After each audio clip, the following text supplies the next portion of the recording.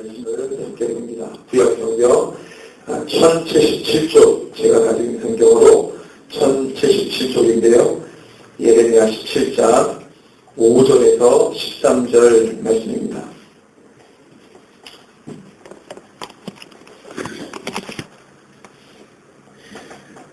여기 찾으셨으면 함께 5절에서 13절까지 함께 봉독합니다. 여호와께서 이와 같이 말씀하시니라. 무릇 사람을 믿으며 육신으로 그의 힘을 삼고 마음이 여호와에게서 떠난 그 사람은 저주를 받을 것이라. 그는 사막의 썰기나무 같아서 좋은 일이 오는 것을 보지 못하고 광야, 간조한 곳, 건건한 땅, 사람이 살지 않는 땅에 살리라. 그러나 무릇 여호와를 의지하며 여호와를 의뢰하는 그 사람은 복을 받을 것이라. 그는 물가에 심어진 나무가 그 뿌리를 강변에 뻗치고 더위가 올지라도 두려워하지 아니하며 그 잎이 청청하며 가무는 해에도 걱정이 없고 결실이 그치지 아니함 같으리라. 만물보다 거짓되고 심히 부패한 것은 마음이라. 누가 능히 이를 알리오마는 나 여호와는 심장을 살피며 폐부를 시험하고 각각 그의 행위와 그의 행실대로 보응하나니 불의로 치부하는 자는 자고새가 낫지 아니한 달을 품은 같아서 그의 중년에 그것이 떠나겠고 마침내 어리석은 자가 되리라. 영화로우신 보좌여, 시작부터 높이 계시며 우리의 성소이시며 이스라엘의 소망이신 여호와여, 무릇 주를 버리는 자는 다 수치를 당할 것이라. 무릇 여호와를 떠나는 자는 흙의 기록이 되오리니 이는 생수의 근원이신 여호와를 버림이니이다. 아멘. 예. 오늘 말씀의 제목이 분명한 은혜입니다. 분명한 은혜라는 제목을 가지고 말씀을 함께 나누겠습니다. 이 설교자가 말씀을 준비하는 것은 참으로 고통이 아닐 수 없는데 제가 계속 잠언 말씀을 쭉 주일 예배 때 나누다가 자꾸 하나님께서 준비는 했는데 하나님이 그 마음을 계속 그거를 안 주시고 다른 마음을 주셔서 제가 오늘 이 말씀을 함께 나눕니다. 잠언, 제가 언젠가 한번 잠언의 말씀을 나누면서 제가 SNS에다가 이렇게 올렸어요. 잠언의 말씀이 참으로 우리 삶에 있어서 조각조각 난 우리의 삶에 그 조각조각 난 삶을 이렇게 좀 한 대 붙여주는 그런 어떤 말씀. 그러니까 이제 예를 들면 보배가 서말이라도 아니죠. 구슬이 서말이라도 꿰어야 보배다 이런 말 있잖아요. 그러니까 이게 말씀이 율법의 그 잠언의 말씀이 다 이 귀한 보배와 같은 구슬인데 이게 꿰지 않으면 정말로 값진 이 보배가 될 수 없거든요. 그래서 제가 SNS에다가 그렇게 올렸어요. 이 잠언의 말씀, 사람들이 잠언의 말씀 읽고 이 감동받기가 참 어려운데 그렇게 제가 이제 올렸거든요. 어떤 분이 잠언의 말씀이 그런 줄 몰랐다 그러면서 저희 교회 이 사이트 들어와가지고 이제 설교를 듣고 잠언 말씀 읽는다 이렇게 얘기를 올려오셨더라고요. 그래서 제가 잠언의 말씀을 계속 이제 주일날 이렇게 이야기하는데 저희들의 삶의 아주 세세한 부분들을 다 건드려주는 육체적인 삶, 영적인 삶 다 이렇게 건드려주는 그런 말씀이라서 제가 주일 때 이제 그 말씀을 함께 나누었는데 요즘에는 그 말씀을 준비하다가 주님이 자꾸만 좀 다른 말씀들을 자꾸 마음을 주셔서 그래서 제가 오늘 예레미야 말씀을 준비해서 함께 나누려고 합니다. 오늘 말씀의 제목이 분명한 은혜인데 여러분들 은혜가 무엇이라고 생각하는지 한번 묻고 싶습니다. 저 자신에게도 이 설교를 준비하면서 물었는데 은혜가 과연 무엇인가? 또 많은 사람들이 이 은혜라고 하는 것은 기독교의 용어만이 아니고 다른 종교에도 은혜라는 단어를 쓰는데 사람들이 말하는 은혜, 도대체 은혜가 뭔가? 또 교회에 와서 은혜를 받는다 그랬을 때 도대체 그 은혜 받는다는 그 은혜는 뭔가? 그 실체가 뭔가? 그 정체가 뭔가? 제가 고민을 했습니다. 근데 주님이 주시는 마음은 예전에 100여 년 전에 우리나라에 처음에 선교사님들이 들어오셨을 때에는 그 은혜가 이런 은혜도 있고 저런 은혜도 있고 이렇게 말하지 않았습니다. 그때 당시에 은혜 그러면 내가 죄인인 것을 깨닫고 주님 앞에 용서함 받은 그 존재라는 걸 깨닫는 게 은혜였어요. 그때 당시에는 은혜가 이거가 은혜다 저거가 은혜다 이렇게 은혜의 개념과 정의가 많지 않았습니다. 그런데 한국이 100여 년을 흘러오면서 사회가 많이 발달하고 사람들의 시각과 의식이 굉장히 이제 세상적인 표현으로는 성장, 발전, 확대되면서 하나님에 대한 것도 많이 왜곡됐어요. 그것을 오늘 좀 나누려고 합니다. 도대체 현대 그리스도인들이 말하는 은혜라고 하는 것이 무엇을 은혜라고 말하며 그 은혜를 어떤 은혜를 받기를 원하는지 제가 이번에 목사님들 모임 1박 2일 기도회 하면서도 설교를 들으면서 많은 생각을 하게 됐습니다. 도대체 은혜, 교회에서 은혜 받았다 그러면 도대체 그 은혜가 뭐냐. 저희가 이제 목사님들이 모이면 굉장히 회개를 많이 합니다. 엄청 회개를 많이 합니다. 자기 자신부터 해서 한국, 교회, 세계 열방의 회개를 바랍니다. 시작은 나부터 시작이 되는 거죠. 다 토설하고 회개하며 기도합니다. 여러분들 생각할 때 목사님들이 뭐 이렇게 회개할 게 많겠어요. 목사들이 회개할 게 많으면 목사 그만둬야 되겠죠. 근데 이렇게 회개가 많이 나오는지 몰라요. 회개. 회개가 쏟아져 나오죠. 목사가 한 10번 회개하면 여러분들 한 20번, 30번 회개해야 됩니다. 제가 볼 땐 그래요. 목사도 회개해야 되지만. 의식이 다 타락해 있고 생각과 사고가 다 타락해 있습니다. 그거를 주님의 뜻대로 걸러내는 작업은 굉장한 중노동 이상의 굉장한 성실함이 필요하죠.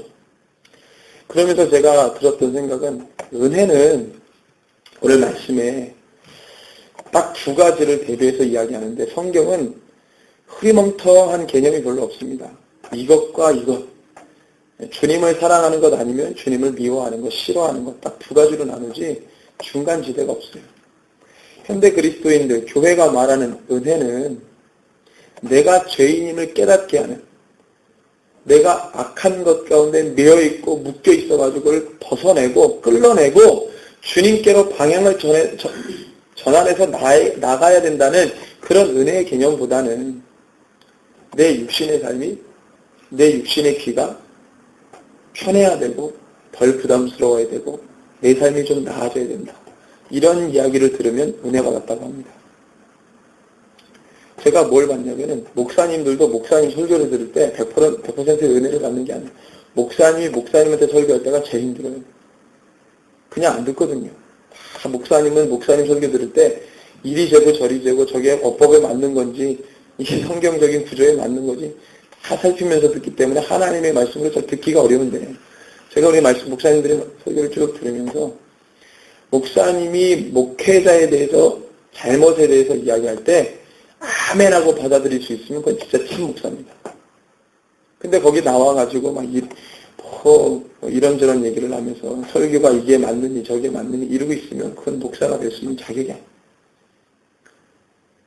그러면서 이 똑같은 것을 교회에 딱 가져다 대면 목사님이 설교를 할 때 말씀을 나눌 때 그 말씀에 대해서 통회하고 자복하는 심적으로 나가면 참 성도입니다. 내가 죄인인 것을 먼저 깨달아야 돼. 그게 참 성도입니다. 그거를 깨닫지 못하면 주님이 이 땅에 오신 것을 전면 부정하는 게 돼요. 예수님이 이 땅에 왜 오셨냐면 죄인을 불러 회개시키러 오셨기 때문에 내가 죄인임을 깨닫지 못하면 절대로 주님 안으로 들어갈 수 없으며 성도라고 말하기가 어렵습니다. 근데 지금 한국 교회는 그게 빠져버린 거예요. 내가 죄인인 것을 이야기하지 않습니다. 우리가 죄인인 것을 이야기하지 않습니다. 내가 무슨 죄인인가? 나는 평생 살아오면서 다른 사람 해코지 한 것도 없고 그들이 살아왔는데 죄인입니다. 흉악한 죄인입니다. 말할 수 없는 죄인입니다. 사람은 가만히 놔두면 악한 생각하고 변질되고 왜곡되게 돼 있어요. 학창시절 때 도덕 점수가 100점 맞은 사람도 100점, 도덕 점수가 100점 나와도 죄인입니다.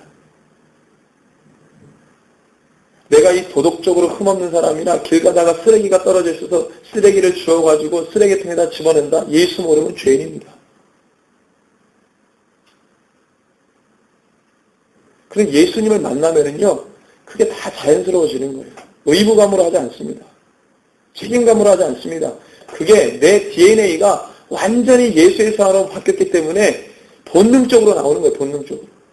책임과 의무감으로 하는 게 아니에요. 성령을 받은 사람과 받지 않은 사람은 하나님을 바라보는 시각이 천지 차이입니다. 성령을 모르는 사람은 아무리 설명을 해줘도 믿어지기가 힘들어요. 성령을 받은 사람은 단 한 번만 설명해줘도 알아듣습니다. 그래서 바울이 복음을 전하다가 에베소 교회에 가니까요, 성령을 몰라요. 그래서 우리는 성령을 들어본 적이 없다. 그래서 바울이 아유 큰일 났다. 그리고 성령을 막 받기를 얼마나 기도하고 간구하며 설교를 했는지 모릅니다. 아볼로라는 사람이 에베소에서 사역할 때 성령을 안 가르쳤어요. 아볼로도 성령을 몰랐던 사람이에요. 바울은 뭐라 그랬냐면 자기는 죄인 중에 괴수라고 말했습니다. 그래서 율법주의자들이 얼마나 행위적으로 흠이 없는지 몰라요. 그 신념과 마음에는 다 외식이 있지만 외형적으로는 엄청나게 흠이 없는 사람들입니다. 바울은 뭐라고 하냐면 자기를 소개할 때 나는 이스라엘 중에 이스라엘이며 나의 영갑자보다 더 율법에 미쳐있는 사람입니다. 본래 젊은 사람은 말씀대로 살기가 어렵잖아요. 유혹이 많으니까. 나이 드신 분들은 말씀대로 살기가 좀 쉽습니다. 어떻게 보면은 옛날. 그래서 바울이 나보다 영갑자의 선배 율법 학자들보다 자기가 율법을 더 연구하고 율법에 매여있다고 바울이 고백합니다. 그렇게 율법대로 살려고 몸부리쳤던 그가 예수님 만나니까 뭐라고 고백하냐면 율법주의자 나는 의인이라고 생각하고 사는 사람인데 주님을 만나니까 자기를 죄인이라고 말하고 괴수 중에 괴수라고 말합니다. 왜 그런? 예수님 만나면 나는 더 의로워졌다 얘기해야 되는데 예수님을 만나는 그가 나는 죄인이다. 나는 죄인 중에 괴수다. 범법자다. 그렇게 말합니다. 은혜는 내가 죄인인 것을 깨달으면 그 은혜는 것이고 그걸 못 깨달으면 다른 것으로 은혜를 받았다. 이것은 은혜가 아닙니다. 은혜를 가장한 자기 귀에 듣기 좋아하고 자기 마음이 따라가는 것을 그 원하는 것을 이렇게 이야기해주면 내 마음이 보기로 따라가고 내 생각이 따라가는 거죠. 그래서 은혜 받았다. 그래서 대전 통합측 목사님인데 대전에 안천일 목사님이라고 계시는데 그분이 이번에 WCC 종교 통합하고 그 다음에 이제 카톨릭하고 개신교 교회가 이제 일치운동 이것 때문에 통합측 목사님들이 지금 몇몇 노예들이 막 들고 일어났는데 그 노예 대전 노예 안천일 목사님 교회가 한 몇백 명 되는 교인인데 이분도 그냥 그럭저럭 신학교에서 공부하고 목사 안수 받아가지고 그냥 이렇게 통합측에서 목회하신 성실히 목회하셔서 개척하시고 교회가 한 수백 명 됐죠. 그렇게 그냥 목회하셨던 분인데 어느 날 기도 중에 하나님이 뒤통수를 팍 치면서 너 지금 목회 잘못하고 있다. 여러분들 제가 개척교회 목사인데 개척해서 교회가 수백 명이 됐다. 그러면 존경받을 만한 겁니다. 저는 그래도 비난하지 않고 대단한 겁니다. 제가 해보니까 그건 정말 어려운 거예요. 엄청난 일입니다. 영리를 목적으로 하지 않은데 사람들이 불어났다. 이거는 하나님의 역사죠. 무슨 우리가 사업 영리를 목적으로 한다고 그러면 열심히 하면은 먹고는 살지만 교회는 그렇지 않거든요. 비영리 목적으로 해서 사회복지 빼고는요. 교회가 그렇게 컸다. 이건 하나님의 역사입니다. 하나님의 역사. 그분이 그렇게 해가지고 교회를 성장해서 수백 명 됐는데 하나님 어느 날 기도 중에 뒤통수를 탁 치면서 너 목회 잘못하고 있다. 이분은 깜짝 놀란 거죠. 제가 왜 목회를 잘못합니까? 복음을 전하지 않았다니까, 복음을. 저는 이해가 안 갔어요. 복음을 안 전하고 사람이 보이나? 근데 하나님의 시각이니까 제가 뭐 손은 못 달고 생각으로만. 복음을 안 전했는데 수백 명이 모이나? 개척해서. 그럼 복음을 전하면 안 모이나? 100년 전에는 복음을 전하는 사람들이 뒤집어졌어요. 회개하고. 길선주 장로님이 1907년 평양 대부흥할 때 길선주 장로님이 성령 충만하니까 벌떡 일어나서 방언한 게 아니고 회개했습니다. 회개. 환상을 본 게 아니라 그 양반이 회개를 하면서 자기 종한테 돈 안 준 거, 어떤 사람 돈 빼먹은 거, 착복한 거, 그 장면이 일어나가지고 엉엉 울면서 제가 잘못했다고 가슴 치면서 울면서 그게 막 붉어져가지고, 물론 그 전에 선교사님들, 외국인 선교사님들이 회개했죠. 조선 땅에 왔는데 30년 동안 선교했는데 부흥이 안 되니까 선교사님들이 에이 조선 사람 미개해가지고 복음 안 받아들인다고 서로 자기 남 탓하고 있을 때, 여러분들 여기 영동권 사역을 했던 선생님 이름도 갑자기 생각이 안 나네. 여기 영동권 하디 선교사님이 울면서 회개하기 시작해가지고 평양 대부흥에 회개가 심어진 겁니다. 이 영동권 대단한 거예요, 여러분들. 그 하디 선교사님이 우리가 조선 사람에게 이렇게 하면 안 된다. 우리가 잘못했다. 선교사님들, 외국인 선교사님들이 회개해가지고 그 불씨가 떨어져서 평양 대부흥에 길선주 장로님, 조선 최초로 회개하면서 나와가지고 엄청나게 부흥하고 엄청나게 많은 사람들이 있죠. 그 회개가 부흥의 불씨를 일으키는 거예요. 그래서 이 목사님이 하나님께서 딱 치니까 야, 복음을 전하지 않았다. 자기가 이렇게 생각해 보니까 설교의 90%가 복설교를 한 거예요. 복설교. 여러분들 교회 오면 복 받습니다. 병문장에 열렸습니다. 장사하시는 분들 사업 번창합니다. 막 이거를 막 몇십 년 동안 막 이 설교를 막 한 거예요. 그러니까 막 와가지고 막 사람들 얼굴이 밝아지고 막 휘어지고 사람들 이 교회 가면은 뭔가 된대요. 그래서 막 자기가 돌아보니까 그래 설교했더라. 그래서 이분이 복음을 전하는데 이분 간증이 복음을 전하니까 어떤 현상이 벌어지냐면 복음을 전하니까 회개를 선포하고 죄를 선언하고 마지막 때일들을 얘기하니까요. 세 가정 남고 다 나갔대요.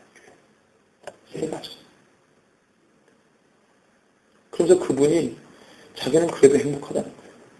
주님 그전에는 그냥 이게 뭔가 생각했습니다. 솔직히 뭔가.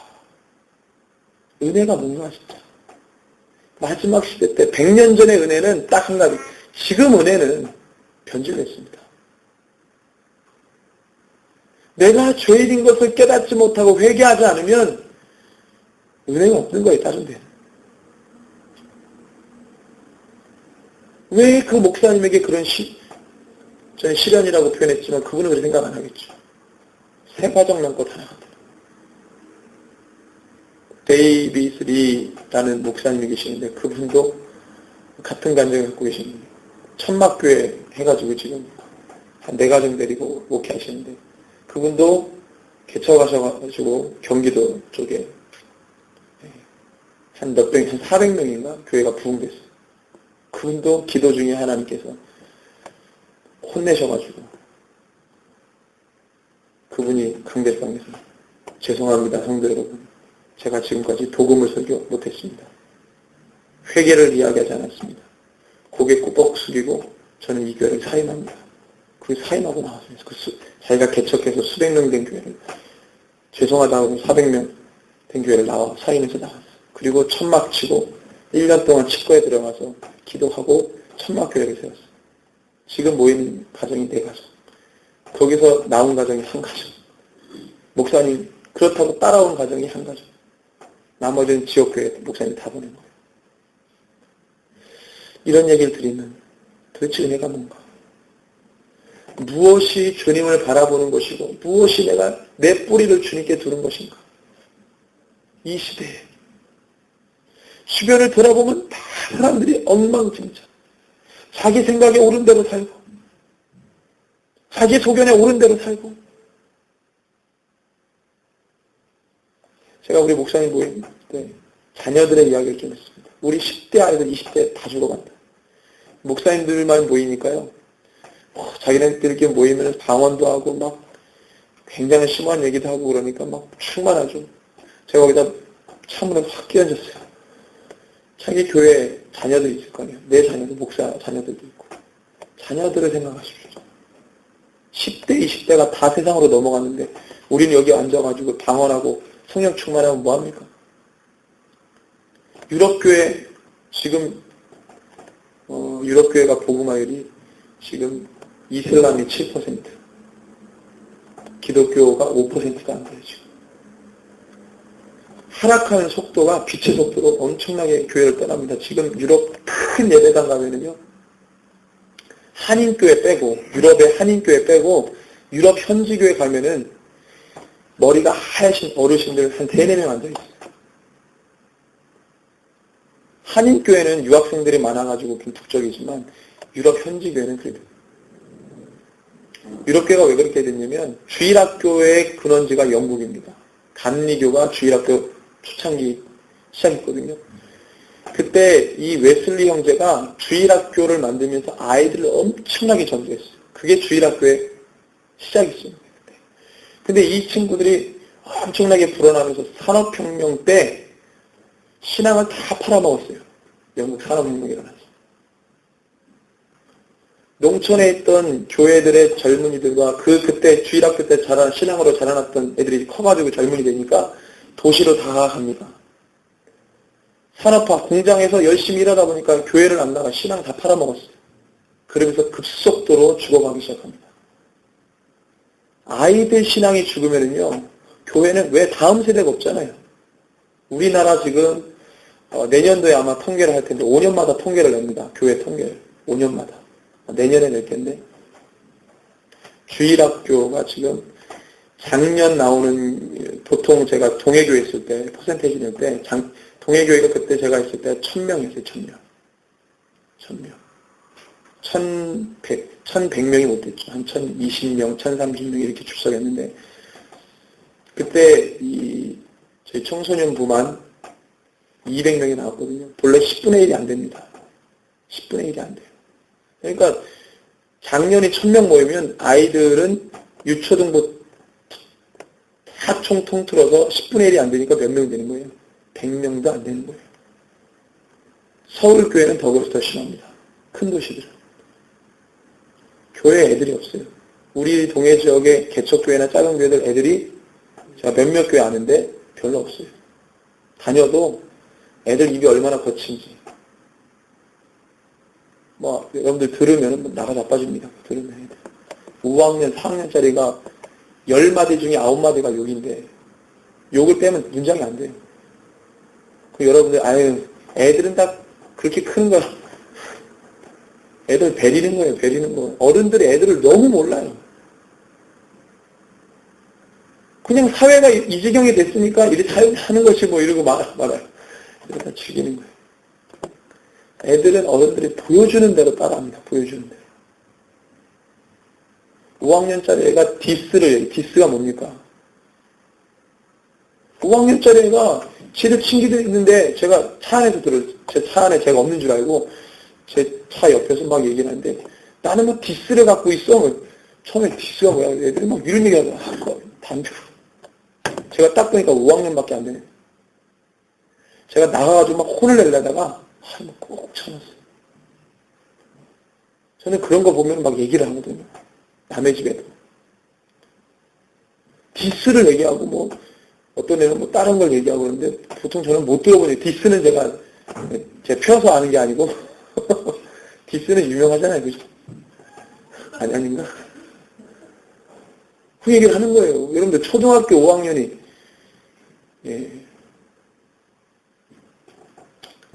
이 지경이 됐어요. 교회를 다녀도 그런데 교회를 다녀도 교회가 교회 현실을 좀 얘기해 볼까요? 우리 교회는 제가 아이들에게 엄청 투자를 하는데 다른 개척교회들은요 아이들이 그냥 방치해요. 부교육자를 둘 형편이 안 되니까 평신도 교사한테 맡깁니다. 지금 동해 지역의 개척교회 목사님들 중에 제가 제일 나이가 젊고 거의 한 50대입니다. 50대. 그럼 그 목사님들이 조그만 애들 데리다 갖고 뭐 하겠어요? 목사님들 애들 데리고 이거 안 해요. 자기들은 한 50대 목사라고 안 합니다. 집사한테 젊은 집사 있으면 집사한테 맡겨가지고 알아서 하라는 거죠. 그러면 다 망쳐놔요. 왜냐면 그 집사님도 자기 살기 바쁘거든.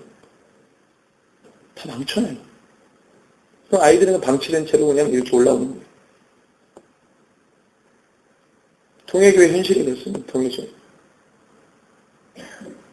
저희는 엄청나게 투자를 합니다. 제가 청소년 사역 10년 했고, 청년 아이들과 같이 사역을 했고, 그 아이들이 얼마나 귀중한지를 제가 알고, 어른들은 관심이 없어요. 하도 살기 바쁘니까. 세상의 요지죠. 교회 안에서도 아이들에게 회개를 얘기하지 않고, 아이들에게 죄를 얘기하지 않고, 어른들에게도 마찬가지고, 무슨 은혜가 있습니까? 뭐가 어떻게 되는 게 내 뿌리를 주님께 주는 것입니까?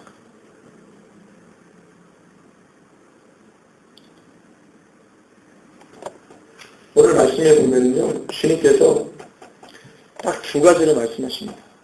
이것 아니면 이겁니다. 검은 거 아니면 흰 거예요. 거짓 아니면 진리고 참입니다. 중간이 없어요.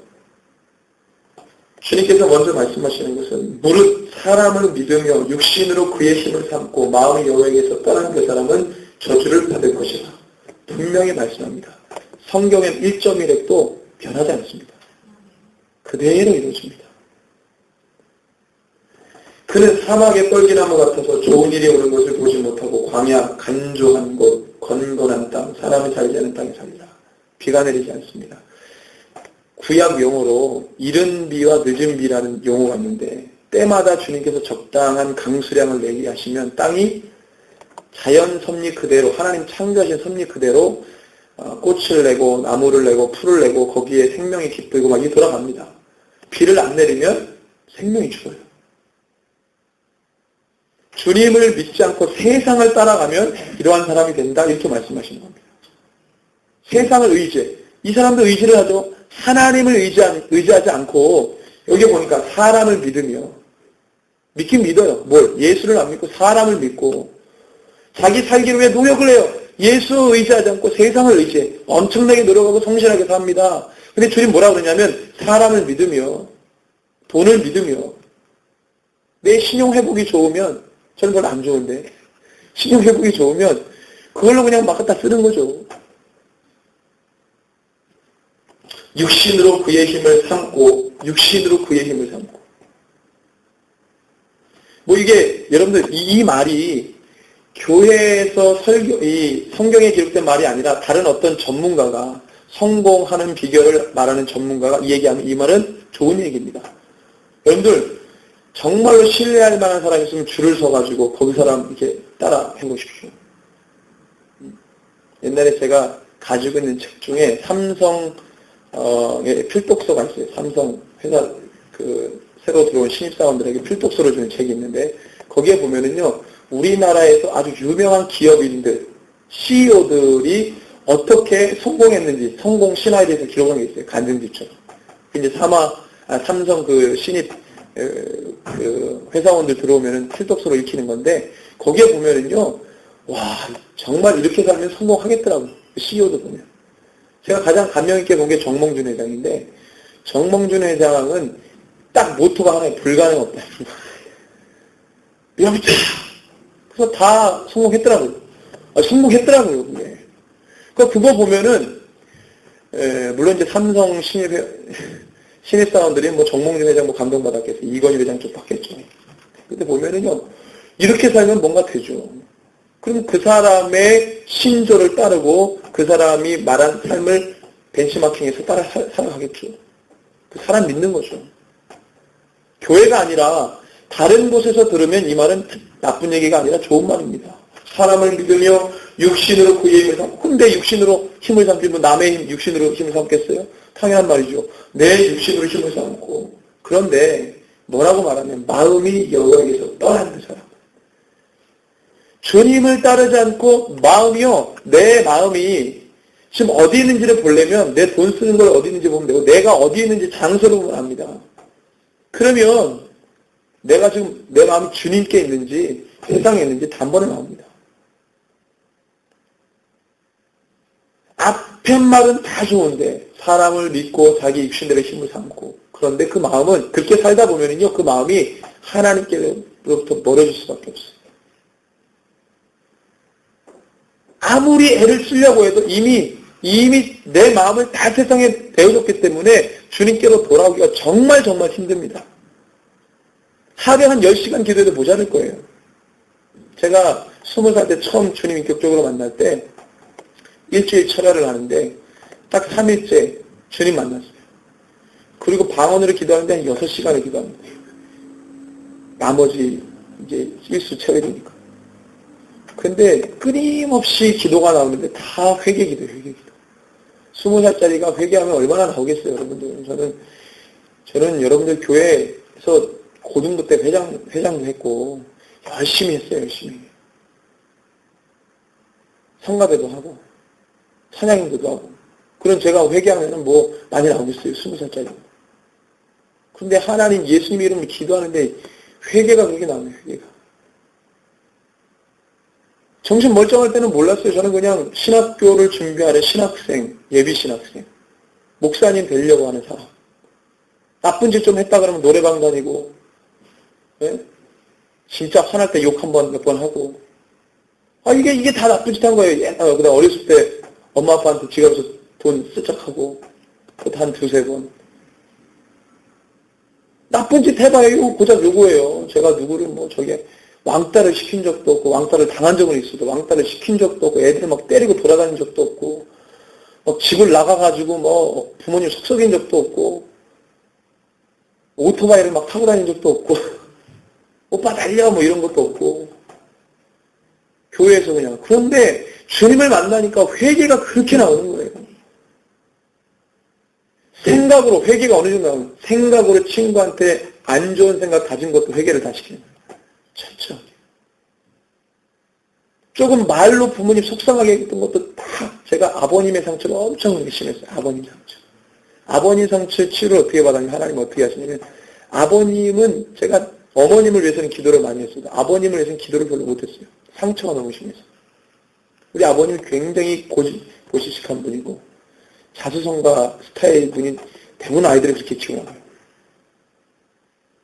굉장히 엄격하게. 너무 싫은 거죠. 근데 기도를 신학생이 돼가지고 기도를 아버님을 기도를 하는데 조그마한 아이가 웅크리고 있는 거예요. 하나님이 감동 주는데 저 아이가 네 아버지. 근데 그 아이가 너무 외로운 모습으로 웅크리고 있는 거예요. 제가 눈물이 터지는 거예요. 저희 아버님이 고향이 죄송합니다. 개인적인 얘기입니다. 남원이신데 15살인가 전주에 혼자 올라오셔가지고 계속 자취하시면서 공부를 하셨어요. 그러니까 그 마음 가운데 내가 노력하지 않으면 내가 죽겠다라는 생각이 있으잖아요. 청소년기 때. 그 마음이 딱 들어오는데 제가 엄청 울면서 아버님을 위해서 회개 기도하는데 그렇게 푸시더라고요. 회개하지 않으면 변화될 수 없고 은혜 받을 수가 없는 거예요. 하나님의 사람이라고 말할 수 없는 거예요. 지금 사람들이 얼마나 모양이 번듯하고 사회가 발달하니까 삶의 형편도 얼마나 멋있는지 몰라요. 듣는 것도 고상하고요. 교회에 와서나 조금 복음을 들으면 막 죄 이런 걸 듣지. 다른 데 가서 우선 듣습니까? 그러니까 얼마나 죄 가운데 묶여 살겠어요. 아이들도 부모님 앞에서는 좀 이러지만 친구들하고는 장난 아니에요, 애들이. 마음대로 합니다, 마음대로. 우리도 그렇게 살았잖아요. 부모님 볼 때는 잘하는 척 하다가, 어른들이 있을 때는 잘하는 척 하다가, 없어서 친구들끼리는 온갖 나쁜 짓 다 했. 우리도 그랬어요. 우리도 자녀였고 부모이기도 하고. 다 그렇게 살았어요. 그를 예수의 이름으로 끊는 거죠. 또 대물림이 없는다. 엄마 아빠도 이리 살았어. 너도 이리 살아야 돼. 자연스러운 거야? 아닙니다. 죄를 물려줍니까? 죄를. 내 죄의 패턴, 죄의 습성, 죄의 습관, 죄의 문화, 그 가정에 흐르는 죄의 문화가 있어요. 그 문화. 그거 물려줍니까? 이번에도 여러분들 고성에서 병장이 따라락 싸가지고 5명 죽었잖아요. 청년 5명이 죽었어요. 청년 5명. GOP에서. 그걸 딱 기사를 보는데 저는 그 아이들이 마음 품어지는 게 아니라 부모님. 그 아이들을 군대 보낸 부모의 마음이 견딜 수가 없는 거예요. 견딜 수가.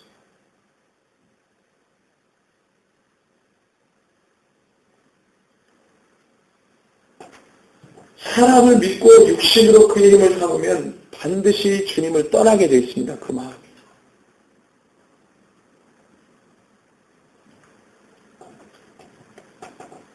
그러나 무릇 여호와를 의지하며 여호와를 의뢰하는 두 번 반복 똑같은 단어인데 사실은 의지하며 의뢰하는 그 사람은 복을 받는다는 것이 다른 게 없죠. 이게 사람을 의지하고 내 힘을 의지한다. 그렇지만 그 반대는 주님만 의지하는 사람. 여기에 주님만 의지해서 복받은 경험을 해보신 분 계십니까? 제가 볼 때는 없어요. 그래서 한번 경험을 해보셔야 돼요. 주님을 온통 의지해서 그 복이라는 게 도대체 뭔지를 경험을 해보셔야 맛을 알지. 그 맛을 모르니 저게 진짜 맞는 거야. 뭐 이러고 있는 거죠. 그래서 여러분들 우리가 결단했으면 좋겠습니다. 내가 한번 주님께 걸어보는 거예요. 사생결단. 내 인생을 걸어보는 거예요. 그 앞에서 쭉 빼떼지 마시고 한번 인생 걸어보는 거예요. 그리고 정말로 성경에 나와 있는 그 메시지가 실제인지 경험해보는 거죠. 뭐 하나님 시험하는 게 아니라. 왜냐하면 내 방법대로 다 살아왔으니까. 얼마나 많은 방법들을 했습니까? 사람을 의지하기도 했고 내 힘을 의지하기도 했는데 그런 방법을 다 써봤으니 이제는 주님을 의지하는 것이죠. 그는 물가에 심어진 나무가 그 뿌리를 강변에 뻗치고 그런데 주님을 믿으면 만사 형통이 아니고요. 여기 말씀에 보면 더위가 올지라도 올 수 있다. 그 다음에 가뭄 환경이 올 수도 있다. 그렇지만 주님께 뿌리를 댄 사람은 더움이 와도요. 가뭄이 와도 산다는 것입니다. 고난이 없는 게 아니고. 예전에는 목사님들이 90년대 설교를 들어보고 곽선의 목사님이나 이런 유명한 목사님 설교 들어보면 다 그 얘기. 복 얘기, 성공 얘기. 그분들이 다 엘리트들이거든요. 공부 잘해가지고 유학 갔다 오신 분들. 예수 믿으면 고난이 뒤따릅니다. 불편함이 있어요. 뚫고 가면 거기에 하나님의 은혜가 있는 것입니다. 큰 대로를 달린다고 해도 주님이 함께 하시지 않으면 그는 생명 얻을 수 없는 길이고 좁은 길이라도 주님이 함께 하시면 생명 얻는 길입니다. 문제는 주님이 나와 함께 하느냐 하지 않느냐예요. 상황적으로 큰 길이냐 넓은 길이냐 좁은 길이냐는 문제가 되지 않습니다. 넓은 길이라도 주님이 함께 하시면 됩니다. 좁은 길이라도 주님이 없으면 안 되는 거예요. 주님이 함께 하느냐 하지 않느냐. 근데 세상이 하도 죄스러우니까 사람들은 넓은 길로만 가려고 한다는 거죠. 그래서 상황적으로 좁은 길이 주님의 뜻일 수 있다. 이렇게 말하는 것입니다. 그리고 예수님이 십자가를 지셔서 좁은 길을 보여주셨고 저와 여러분들이 하나님만을 의지하고 주님만을 의뢰해서 정말로 주님과 동행함이 은혜인데 그 은혜가 어떤 은혜인지를 경험하셨으면 좋겠어요. 은혜는 아주 분명합니다. 저 사람이 은혜 받은 것 같은데 안 받은 것 같은데가 아니고 은혜를 받으면 정말로 확실한 분명한 은혜가 부어질 때 그 사람이 완전히 뒤바뀌죠. 완전히. 전과 후가 완전히 달라요. 이게 받은 것 같은 것 같기도 하고 안 받은 것 같기도 하고가 아니고 완전 달라지는 것입니다. 내가 달라지면은요 가정이 달라져요. 가정이 달라지면 내 자녀와 관계 맺는 아이들이 달라지면서 전도를 해옵니다. 내가 달라지면 내가 관계 맺는 모든 상황 가운데 전도가 돼요. 그리 역사가 됩니다. 전도가 된다는 것은 개척돼서 전도 얘기하면 교회 채우십시오 이런 말이 아니고요. 예수님을 전하면 내가 달라져요. 내가 달라져요. 예수님을 전했는데 내가 안 달라진다. 그러면 생명이 전달되지 않았기 때문에 세워지지 않습니다. 전도를 하면 내가 달라져요. 그 사람을 위해 기도하기 때문에 하나님과 깊이 소통하게 되고 자주 주님을 찾게 됩니다. 우리 아이들한테 막 전도시킬 때 저녁에 자기 전에 친구를 위해서 기도하라고. 정착될 수 있도록 기도하라고. 전도는 우리 큰아들이 처음에 한 4명을 전도했는데 아무도 안 왔어요. 너무 실망한 아빠. 왜 안 오지? 전도했는데 왜 안 오지? 야, 뭐 한 번 가지고 그러냐. 10번, 20번 계속해봐. 그렇게 해서 이 친구가